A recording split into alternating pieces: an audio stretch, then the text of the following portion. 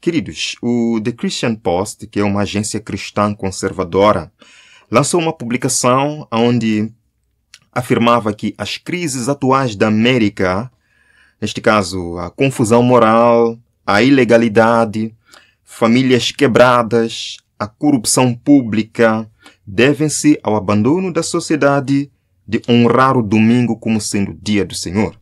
E o jornal afirma que uma mudança cultural para a observância do domingo pode reverter o declínio moral e salvar a América da desgraça. Nós começamos lendo uma passagem muito especial aqui, no livro O Grande Conflito, página 587. A irmã White diz que esta mesma classe apresenta a alegação de que quer a corrupção, ilegalidade, declínio moral, a corrupção na sociedade é atribuível a quê? Vejam aqui. É atribuível em grande parte à profanação do descanso dominical e que a imposição da observância do domingo melhoraria grandemente a moral da sociedade. Insiste-se nisto especialmente na América do Norte, onde a doutrina do verdadeiro sábado tem sido mais amplamente pregada. Então, qual será um dos argumentos para a marca da besta, para o descanso dominical? A crise moral da sociedade. Isto não foi loucura de Ellen White. Nós vemos aqui no post cristão. Vejam só. Honrar o sábado não é apenas uma sugestão. Vejam o que este post cristão afirma. Eles dizem que nós nos perguntamos por que a confusão moral abunda? Por que há tanta ilegalidade? Por que a vida familiar está tão desordenada? E por que a vida pública está cheia de corrupção? Será que o colapso começou quando deixamos de honrar o dia do Senhor?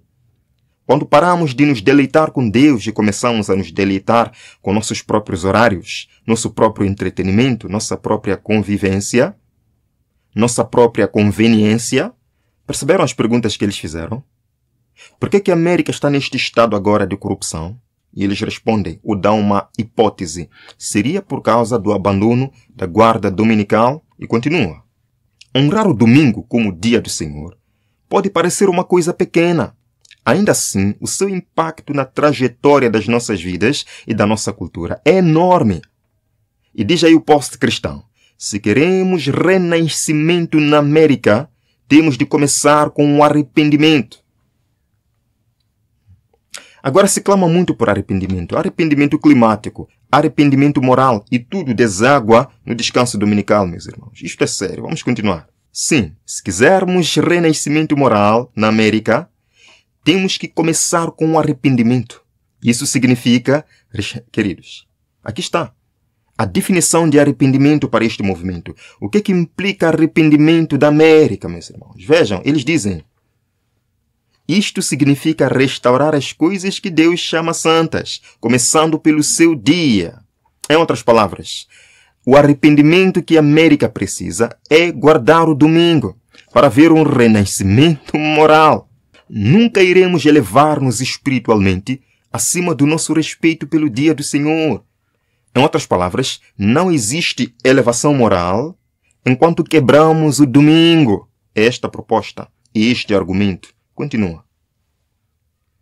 É um teste semanal das nossas prioridades. Não podes dizer que honras o Senhor e desonras continuamente o seu dia. Interessante esta frase. Muito interessante esta frase.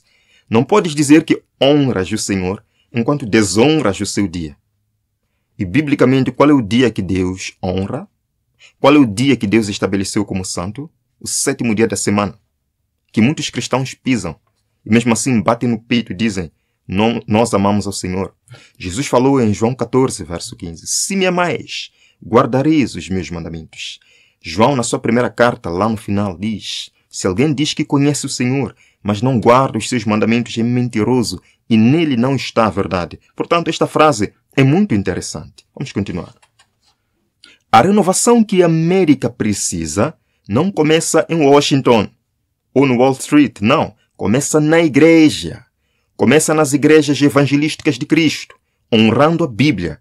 E começa não um dia, mas no domingo. Está isto claro? Nós achávamos que esse assunto das mudanças climáticas tinha acabado com o Papa Francisco por meio de sua morte, mas parece que não.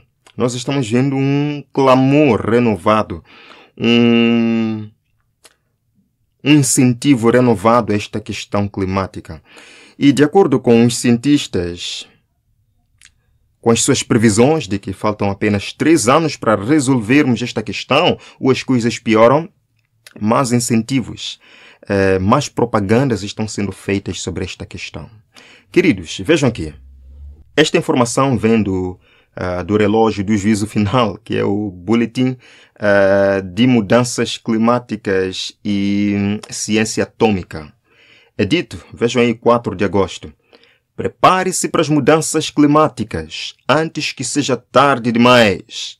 E é dito que cientistas que estudaram 21 anos de dados de 2 satélites da NASA que detectam incêndios ativos, descobriram que incêndios florestais extremos se tornaram mais frequentes, mais intensos e maiores. Isso parece até uma citação do Espírito de Profecia. Várias vezes já compartilhei com vocês um texto do Espírito de Profecia, onde se diz que estas visitações vão se tornar cada vez mais frequentes e desastrosas. É isto mesmo. E a ciência está confirmando que a situação está piorando cada vez mais. Vejam aqui, é dito. De acordo com esse Centro Nacional de Interagências de Incêndios, cerca de 41 mil incêndios florestais queimaram mais de 1,3 milhão de hectares nos Estados Unidos da América em 2025. Queridos, estamos praticamente nos meados de 2025 e já 41 mil incêndios tiveram lugar nos Estados Unidos da América até o final do ano. Como é que isto vai ser? Portanto, existe essa urgência, irmãos. Vejam aqui. Não combater as alterações climáticas significará mais incêndios florestais no futuro, queimando, varrendo o mundo todo. Para onde é que nós estamos caminhando? Para onde é que os eventos mundiais estão nos levando? Agora, neste contexto de mudanças climáticas, informa-se que daqui a alguns dias, na verdade, no final do mês de setembro, haverá um grande encontro entre o Papa de Roma, o Leão XIV, com grandes figuras mundiais. Ainda não é a COP30 que vai acontecer no Brasil, que a propósito os próprios bispos cardeais católicos prometeram fazer-se lá presente para clamar pela conversão ecológica. Não, ainda não é a COP30. É um evento que vai ter lugar no Vaticano, que vai reunir líderes mundiais, globais, junto com o Papa de Roma. Para quê? Para serem inspirados na Laudato Si, festejando 10 anos de encíclica Laudato Si e como esta encíclica pode inspirar as nações da Terra a resolverem as questões climáticas. É isto mesmo, irmãos. Vejam aqui.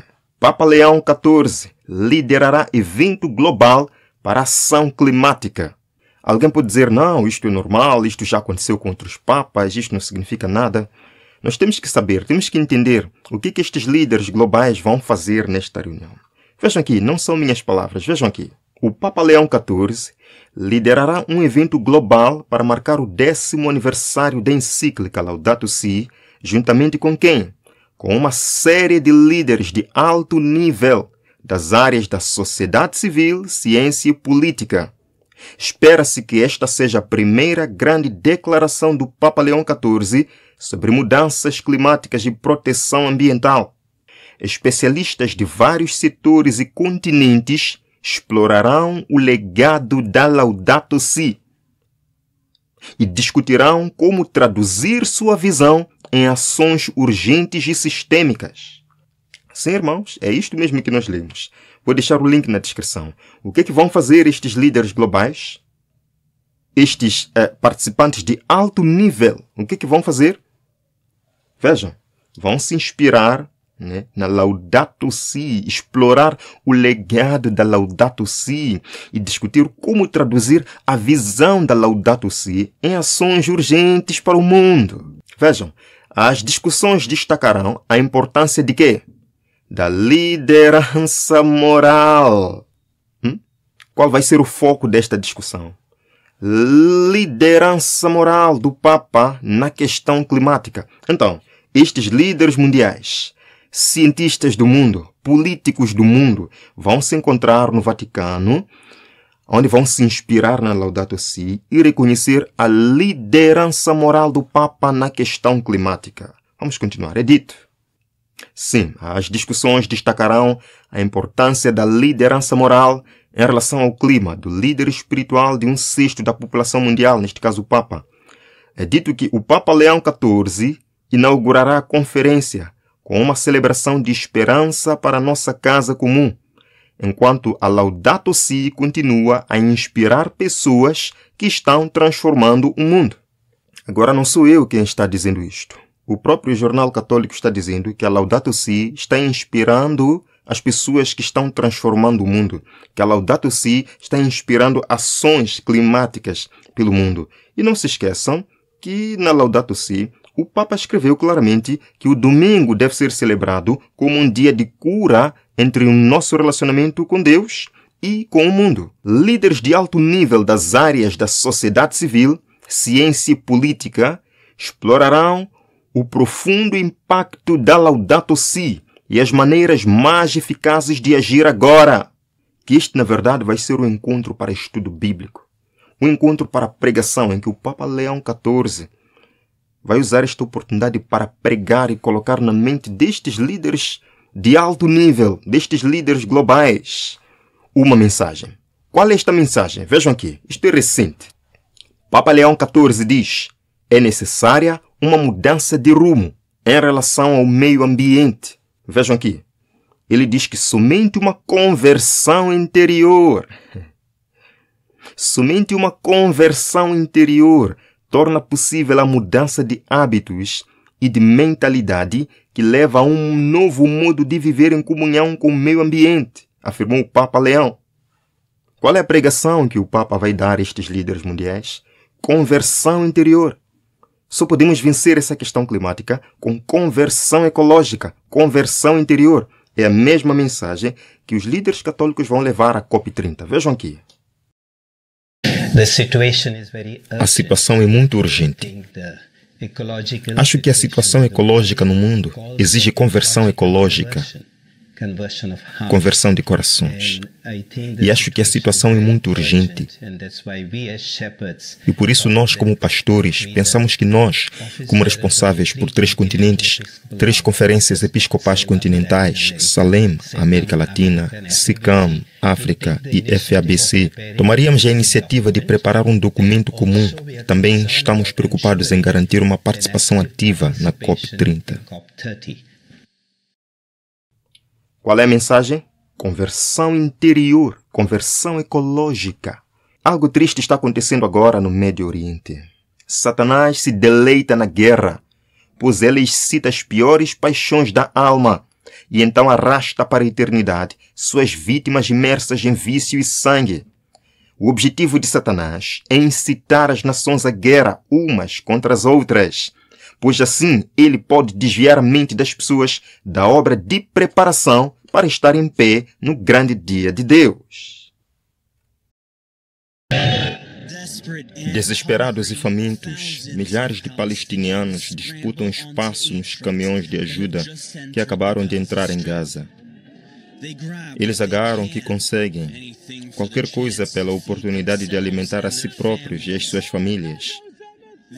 Este mar de desespero, capturado neste fim de semana, é impulsionado por meses de restrições israelitas à distribuição de ajuda.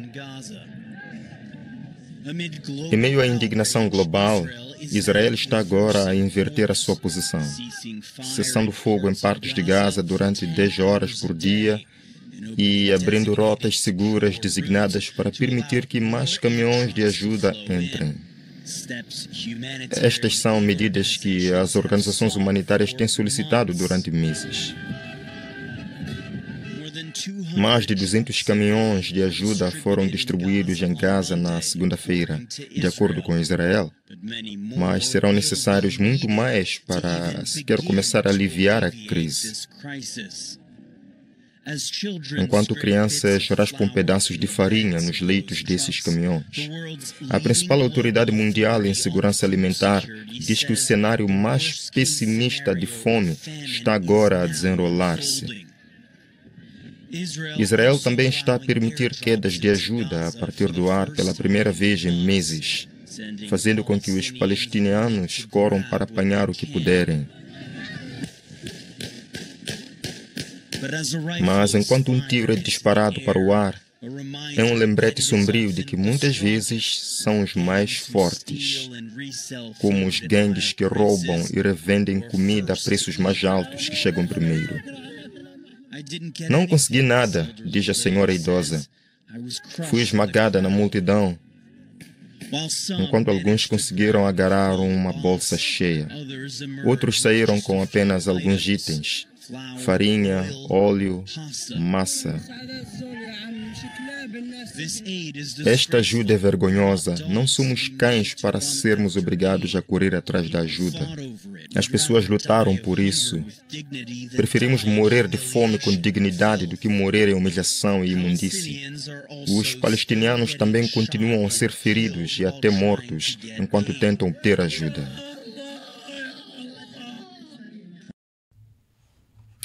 Dá para entender uma coisa destas, irmãos? Dá para entender uma coisa destas? Eu volto a dizer que não estou aqui para culpar Israel ou Gaza. Não estou aqui para dizer quem é culpado.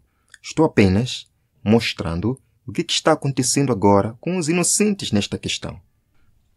Estamos vivendo nos tempos angustiosos previstos na palavra de Deus. Esses tempos desoladores que nos circundam são apenas o começo.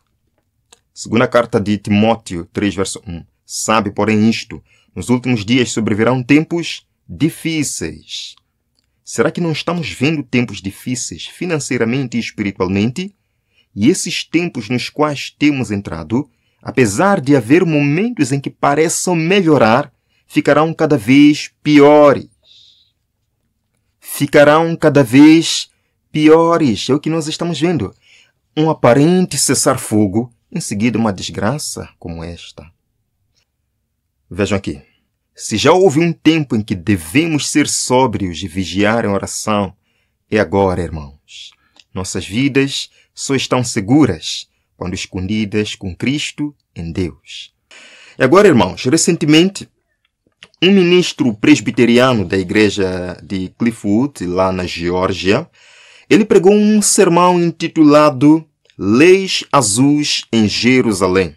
Interessante. Leis Azuis em Jerusalém.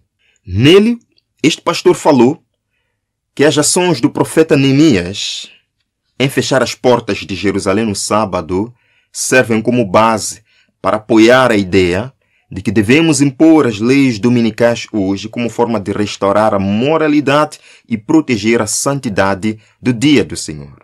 Vamos escutar e vou colocando algumas pausas para dar algumas considerações. Escutem só, irmãos.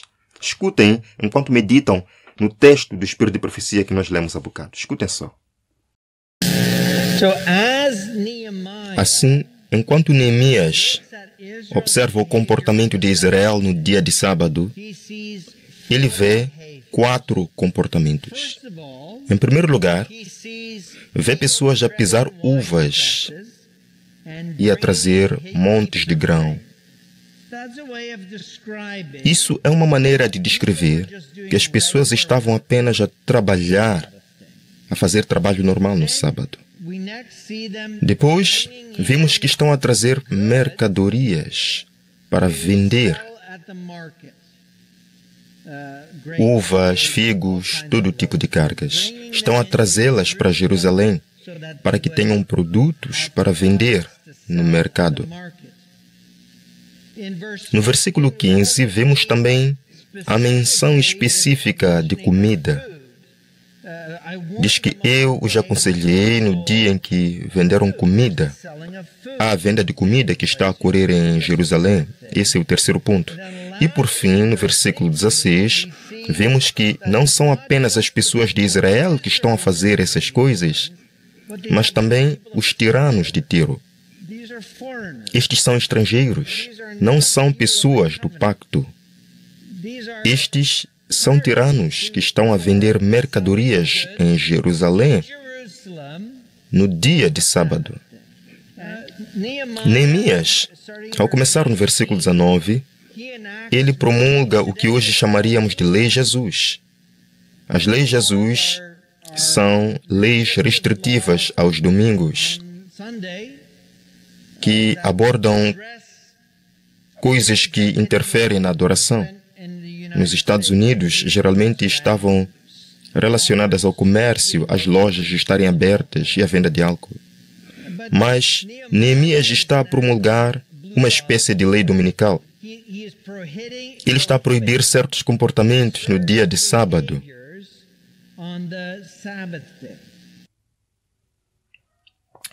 Muito interessante este pronunciamento do pastor a quem nutro muito respeito. Não estou aqui para zombar dele, apenas para comentar o que ele diz. Ele cita a história de Neemias, lá no Antigo Testamento, que de fato ele trabalhou para que o povo pudesse santificar o sábado da forma como o Senhor deseja.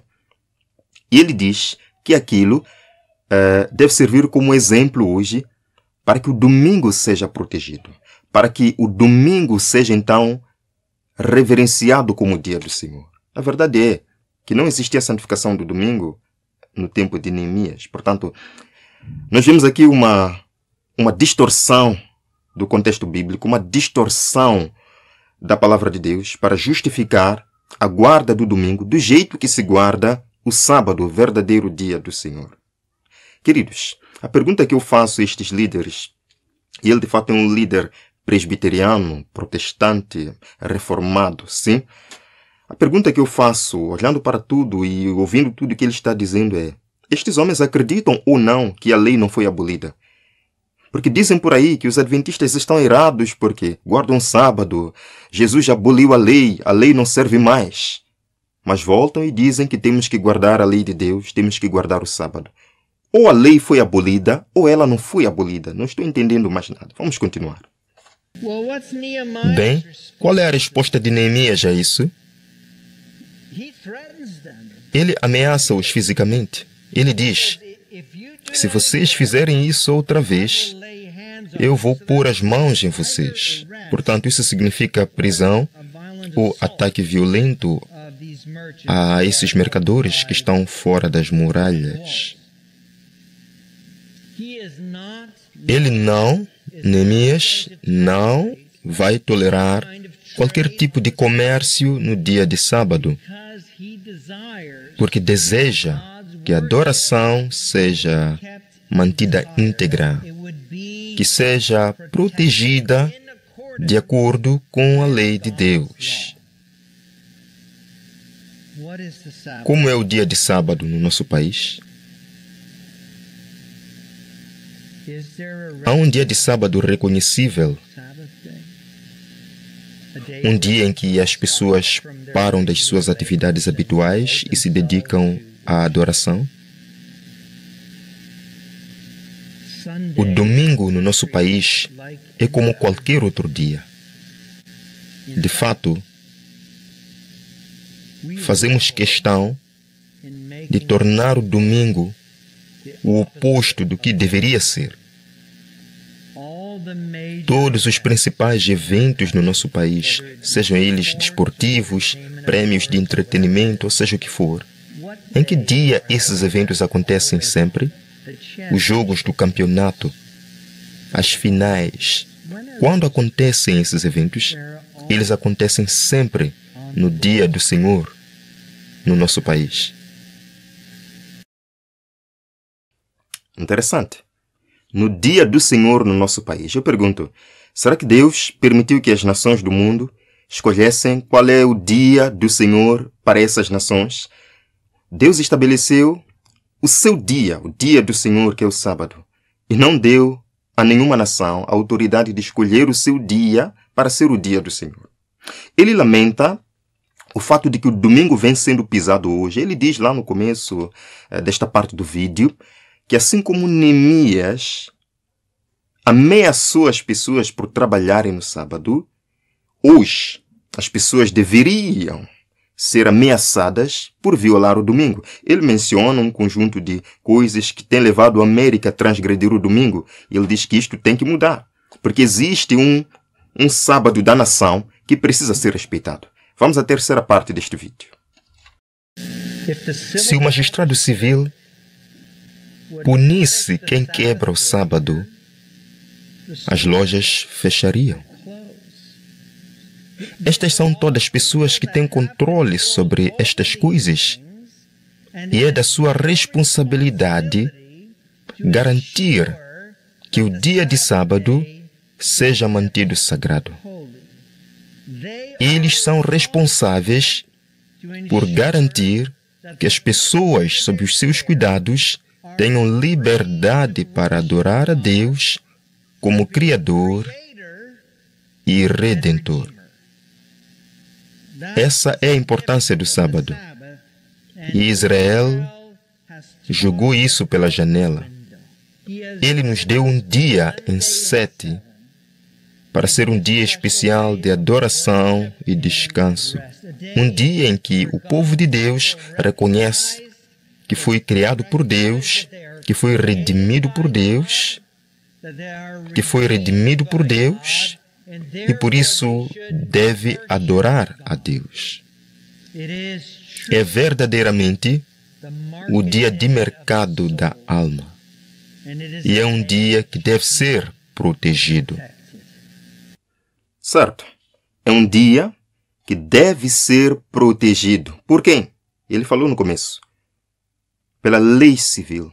Pelo magistrado civil. Só para lembrar, quem é Dan Patrick? Vejam aqui. O vice-governador do Texas, Dan Patrick, nomeado presidente da Comissão Presidencial de Liberdade Religiosa de Donald Trump. E eu já falei para os irmãos que eu não confio nesta Comissão de Liberdade Religiosa.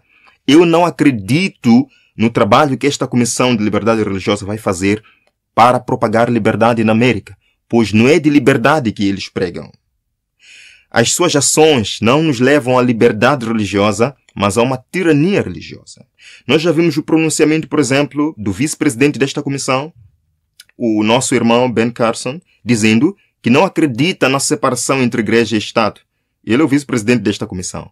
O próprio Dan Patrick não acredita na separação entre igreja e Estado. E eu vou vos mostrar o que ele fez há bem poucos dias atrás no estado do Texas, na Câmara do Texas. Mas vamos escutar primeiro o que ele falou naquela cerimônia de posse, onde ele foi colocado como presidente da Comissão de Liberdade Religiosa. Tudo maravilhoso, tudo bonitinho, meus irmãos. Vamos escutar o que ele disse. Senhor Presidente, obrigado por estabelecer o que penso ser uma das comissões presidenciais mais importantes da história. Será um dos seus grandes legados, dos quais terá muitos. Temos neste país uma magnífica herança de liberdade religiosa. E cada crente hoje, independentemente da sua fé, tem direito a essa herança. Fomos uma nação nascida da oração, fundada na ética judaico-cristã, para garantir que as pessoas pudessem adorar como desejassem, sem interferência do governo. Mas isso já não é o caso. A última administração atacou pessoas de fé durante 4 anos. Há um ditado que diz que ninguém deve interpor-se entre um médico e um paciente. Eu acho que diríamos que ninguém deve interpor-se entre Deus e um crente. Ninguém deve interpor-se entre Deus e aqueles que o procuram. E ninguém, nenhum governo, nenhum distrito escolar e qualquer nível de governo ou setor privado deve dizer a alguém: não podes rezar aqui ou ali.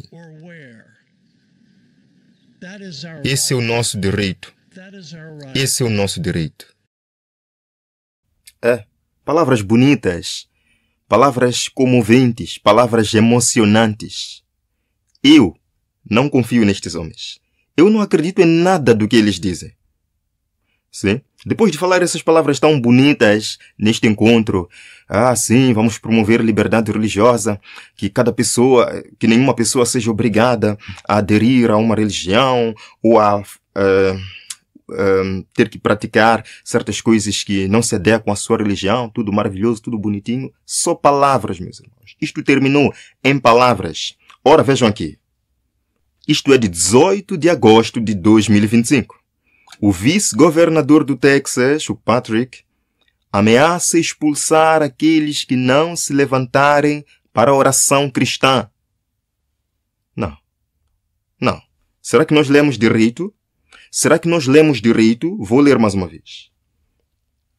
O vice-governador do Texas, o mesmo que saiu dizendo estas palavras maravilhosas de liberdade religiosa, está ameaçando todos aqueles que no Senado, na Câmara do Texas, não se levantarem para participar da oração cristã. Por favor, levantem-se na galeria e no chão para a invocação da senadora Paxton. Você oraria comigo? Pai, hoje viemos em gratidão pela oportunidade de servi-lo. Servir nossos companheiros texanos neste lugar, neste Senado. Oramos para que envies teu Espírito de amor e verdade a esta Câmara e faças com que nossos espíritos ressoem com os teus. Que possamos agir com amor, sabedoria e coragem e fazer o bom e correto. Que em nome de Jesus, que nos salvou, que nos mantém salvos e que voltará, eu oro. Amém. Parece até uma igreja, né? Mas não é uma igreja, não é um culto religioso. É uma sessão do Senado do Texas. Os irmãos estão percebendo a grande influência que estes cristãos americanos estão tendo nestas cortes legislativas, nestas assembleias legislativas. São estes cristãos que estão tomando poder agora. E eles estão orando nestas sessões. Deixe-me dizer que a oração em si não é nenhum problema, mas num contexto de pluralidade religiosa, num contexto de liberdade religiosa e no contexto daquilo que ele vai dizer agora. Os irmãos estão percebendo que é só uma questão de tempo para estes líderes, estes senadores cristãos se unirem, traçarem projetos que eles acham que vão salvar a América e colocarem isto na mesa. A maioria está a favor destas políticas. Agora, o vice-governador do Texas, Patrick, agora ameaça aqueles que não se levantaram, porque nem todos no Senado se levantaram. Alguns disseram, bem, nós não somos cristãos. Não somos obrigados a participar dessas orações. Isto é correto. Jesus não obriga ninguém a orar. Jesus não obriga ninguém a frequentar uma igreja. Jesus não obriga ninguém a o seguir. Não existe isto na palavra de Deus. Lembram até quando os discípulos de Jesus foram bater à porta de uma cidade e o guarda abriu. Eles disseram, queremos partilhar a mensagem do Senhor. Disseram que aqui vocês não entram. Os discípulos ficaram furiosos e disseram, mestre, queres que desça fogo do céu? Jesus disse, não, eu não vim para fazer isto. Eu vim para salvar, não vim para ameaçar, não vim para destruir, não vim para obrigar ninguém. Eu vim para transformar os corações. Este homem, o chefe da Comissão de Liberdade Religiosa nos Estados Unidos da América, ameaça aqueles que não se levantaram. Se vocês da próxima não se levantarem e participarem desta oração cristã, serão removidos. Vejam aqui. Para aqueles na galeria, por favor, sentem-se. Muito obrigado por se levantarem. Para aqueles que não se levantaram, da próxima vez que vierem à galeria, fiquem de pé para a invocação. É respeitar o Senado. Se você não aceitar a invocação, mandarei que você seja removido. Pedimos que vocês se levantassem. Nunca vi uma galeria com membros em meus 17 anos que se recusassem a ficar em pé numa invocação. Isso não será tolerado. Misericórdia, meus irmãos. Misericórdia. Quando nós lemos o livro Grande Conflito, Escritos do Espírito de Profecia, fica bem claro que a América no tempo do fim, a fim de colmatar a lacuna moral, a falta de moralidade na América, a fim de acabar com a corrupção moral da sociedade americana, vai adotar leis. E uma das leis é a lei dominical. Portanto, estamos vendo agora um forte argumento nos Estados Unidos da América para trazer isto de volta.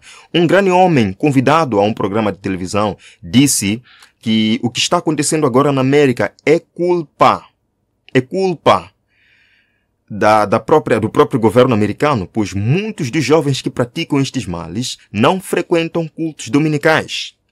Washington, D.C., está sendo invadido por uma onda, de crimes, de jovens que matam, de jovens que pegam em armas, invadem casas, invadem lojas, invadem igrejas. Compartilhei uma vez que uma igreja adventista de sétimo dia nos Estados Unidos da América sofreu um tiroteio terrível.